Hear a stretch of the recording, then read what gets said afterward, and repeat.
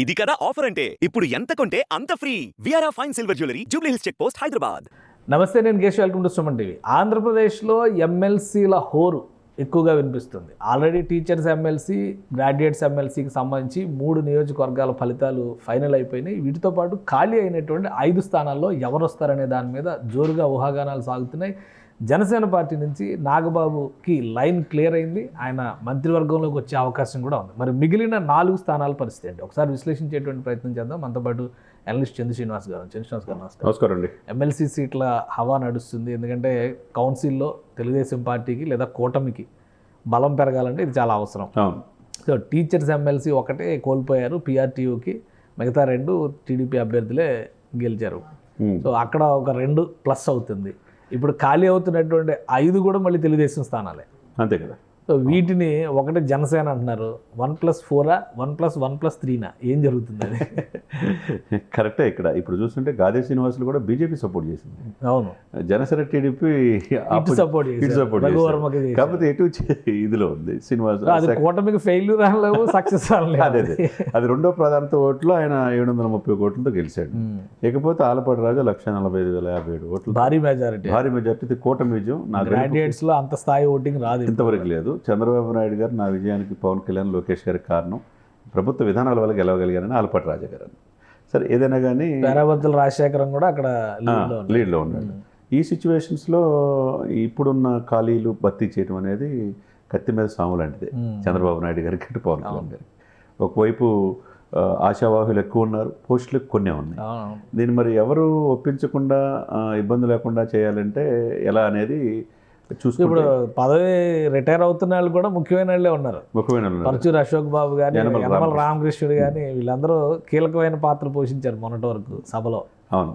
కాబట్టి ఇప్పుడు యనమల రామకృష్ణుడు ఎలా ఏంటి అనేది తప్పకుండా ఆయనకు ప్రాధాన్యత, ఎందుకంటే మొదటి నుంచి సీనియర్ నాయకుడు కాబట్టి ఆయనకు ప్రాధాన్యత ఇస్తాడా, ఆ విఘ్నత చూపిస్తాడా చంద్రబాబు గారు, ఎలా ఉంటుంది. ఆయన మంత్రి పదవి ఇవ్వలేదని అసంతృప్తి ఉన్నాడు. వాళ్ళ బ్రదర్ కూడా వెళ్ళిపోయాడు వైసీపీకి, వేరే కదా. సరే, ఏదైనా కానీ ఏంటి అయిందనేది ఒకసారి చూడాలి. అదే సమయంలో వర్మ కూడా ఎప్పటి నుంచో ఎక్స్పెక్ట్ చేస్తాడు. వర్మకి ఇస్తారా ఈ సిచ్యువేషన్లో? అనవసరంగా జనసేనతో పవన్ కళ్యాణ్తో విభేదాలు పెట్టుకున్నారు చేతులారా, అది ఇస్తారా లేదో డౌటే. ఇకపోతే కన్ఫామ్గా మీరు అన్నట్టు నాగబాబు అనేది సీట్ కన్ఫామ్, మంత్రి పదవి కన్ఫామ్. అంటే ఎన్నాళ్ళలో వేచిన ఉదయంలాగా ఎన్నాళ్ళకి అయింది. 4లో మొదటగా వివాదం లేకుండా నాగబాబుది కన్ఫామ్ అయిపోయింది. అందులో commitment with letter Rajya Sabha Chandrababu Naidu గారు సంతకం పెట్టించారు కాబట్టి 20వ తారీఖు లోపు ఆయన ఎమ్మెల్సీ అవుతాడు. ఆ తర్వాత ఈ నెలాఖరులోపు మంత్రి అవుతాడు నాగబాబు గారు. అది ఎదురలేదు. ఇకపోతే మిగతా స్థానాలు 3 స్థానాలు ఏంటి? కొమ్మాలపాటి శ్రీధర్ అంటున్నారు, పెదకూరుపాడు అంతకుముందు పోటీ చేశాడు, ఆయన వదులుకున్నాడు. భాష్యం అతను ప్రవీణ్ గెలిచాడు. అదే సమయంలో సీనియర్ నాయకుడిగా ఒక పేరుంది, చంద్రబాబు నాయుడు గారికి నమ్మిన బొంటులాగా ఉంది.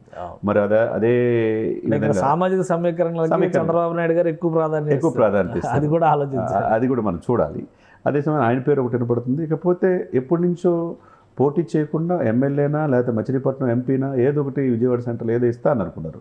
రాధా అయితే సాలిడ్గా పార్టీ తరఫున కూటమి తరఫున నిలబడ్డాడు కాబట్టి డెఫినెట్గా ఆయన ఇంటికి కూడా వెళ్ళాడు చంద్రబాబు నాయుడు గారు. వంగవీటి లోకేష్ గారు కూడా వెళ్ళాడు.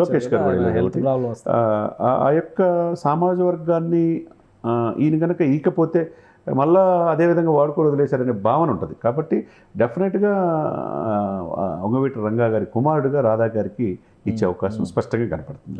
కాబట్టి ఇక దేవినేని ఉమా అంటున్నారు, ఇప్పుడు ఇస్తారా, నెక్స్ట్ ఇస్తారా? మీరు అన్నట్టు సీనియర్స్ని ప్రాధాన్యతను కాదనకుండా యనమల రామకృష్ణుడు గారికి కనుక మళ్ళీ ఇస్తే మళ్ళీ వర్మ గారికి ఇచ్చే అవకాశం తక్కువ ఉంటుంది. ఉన్నాయి ఒకటి పోతే 3 కాబట్టి ఇప్పుడు బీజేపీకి ఓటు ఇచ్చేస్తారంటారా? అంటే లేదు, బీజేపీ దీంట్లో అవకాశం ఉండదు. ఎందుకంటే పోటీ ఆల్రెడీ డిస్కస్ చేస్తారు. ఎమ్మెల్సీ మాధవ్, మాజీ ఎమ్మెల్సీ మాధవ్కి ఇస్తారని, సోమ్ వీర్రాజు గారిని మళ్ళీ తీసుకొస్తారని ఇవన్నీ అనుకున్నారు. ఇప్పుడు సిచ్యువేషన్స్లో పరిస్థితి చూస్తే ఎక్కువ సీట్స్ టీడీపీ కూటమికి ఉంది కాబట్టి వాళ్ళు కూడా అంత ప్రెజర్ చేసే అవకాశం లేదు. కాబట్టి ఇంటర్నల్గా మాధవ్ మీరు చెప్పినట్టు పార్టీ అధ్యక్షుడు మారే అవకాశం ఉంది పురంధేశ్వరి గారు అనే ఇదిలో ఆయన ఉన్నాడు. కానీ ఎమ్మెల్సీ పక్కగా బీజేపీకి ఇచ్చే పరిస్థితి ఇప్పుడు ఏం కనపట్ల.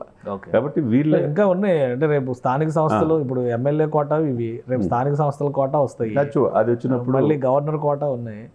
సో అంటే కొంత వెయిట్ అండ్ సీ అనే పరిస్థితి. ఆ ప్రాధాన్యత క్రమంలో ఎవరైతే ఓర్పుగా పార్టీని దగ్గర నుంచి కూటమికి వివాదం కల్పించే వాళ్ళు, వివాదాస్పదం కాకుండా న్యూట్రల్ పర్సన్స్కి, వివాద రహితులుగా పార్టీని నమ్ముకొని ఉన్న వాళ్ళకి ఈ యొక్క ఇదిలో 20వ తారీఖు లోపు ఈ నోటిఫికేషన్ ఆల్రెడీ ఇచ్చారు. ఎలక్షన్ కూడా కంప్లీట్ ప్రాసెస్ అంతా 20th లోపు అయిపోతుంది. బట్ ఆ అవకాశం 10వ తారీఖు కల్లా నామినేషన్స్ నామినేషన్ వేసుకోవాలి. ఇప్పుడు మోషన్ రాజు గారు కూడా ఎక్కువగా ఆయన కూడా ఉండరు అంటున్నారు. ఆయన కూడా టీడీపీ చేరతారా, రిజైన్ చేస్తారని ఆ లిస్ట్ వేరే ఉంది. ఆ లిస్ట్ వేరే ఉంది. ఏదేమైనా కానీ ఇప్పుడు శాసన మండలిలో మాకు ఎదురే లేదనే పరిస్థితి నుంచి వైసీపీ కష్టకాలం కనపడుతుంది. రాజ్యసభలో ఎలా జరిగిందో ఈక్వేషన్ సేమ్ అదే పరిస్థితి ఆంధ్రప్రదేశ్లో కనపడుతుంది. సో ఈ అందరిలో క్లారిటీ ఉన్నది ఒక నాగబాబు ఒక్కడికే ఎదురే లేదు. కాకపోతే ఈ ముగ్గురు ఎవరికి ఇస్తారనేది చంద్రబాబు నాయుడు వ్యూహాలను బట్టి. రైట్, థ్యాంక్ యూ చంద్ర శ్రీనివాస్ గారు. ఇది శాసన మండలికి సంబంధించి ఈక్వేషన్స్ మారుతున్నాయి. గ్రాడ్యుయేట్స్ కాన్స్టిట్యున్సీస్ 2 తెలుగుదేశం కైవసం చేసుకుంది, పిఆర్టీయూ టీచర్స్ కాన్స్టిట్యున్సీలో గెలుచుకుంది. సో ఈ ఈక్వేషన్ ఇలా ఉంటే ఎమ్మెల్యే కోటాలో జరిగేటువంటి ఎమ్మెల్సీ ఎన్నికకి సంబంధించి తెలుగుదేశం పార్టీ వ్యూహాత్మకంగా వెళ్తుంది. నాగబాబుకి సీటు పక్కా అయింది. మిగతా 4 స్థానాలపైన కసరత్తు జరుగుతుంది. అలానే ఇప్పుడు జరగబోయేటువంటి స్థానిక సంస్థలకు సంబంధించినటువంటి ఎమ్మెల్సీ స్థానాల భర్తీ ఒకటి, అలానే గవర్నర్ కోటా భర్తీ ఒకటి. వీటిలో కూడా ఖాళీలు ఏర్పడతాయి. కొంతమంది ఉన్నవాళ్లే రాజీనామాలు చేసేటువంటి అవకాశాలు ఉన్నట్టుగా కూడా సంకేతాలు వస్తున్నాయి. సో రాబోయే రోజుల్లో మరింతగా శాసన మండలి చుట్టూ రాజకీయం నడిచే అవకాశం కనిపిస్తుందని చంద్ర శ్రీనివాస్ గారు విశ్లేషిస్తున్నారు. ఇది స్పెషల్ డిస్కషన్. Keep watching.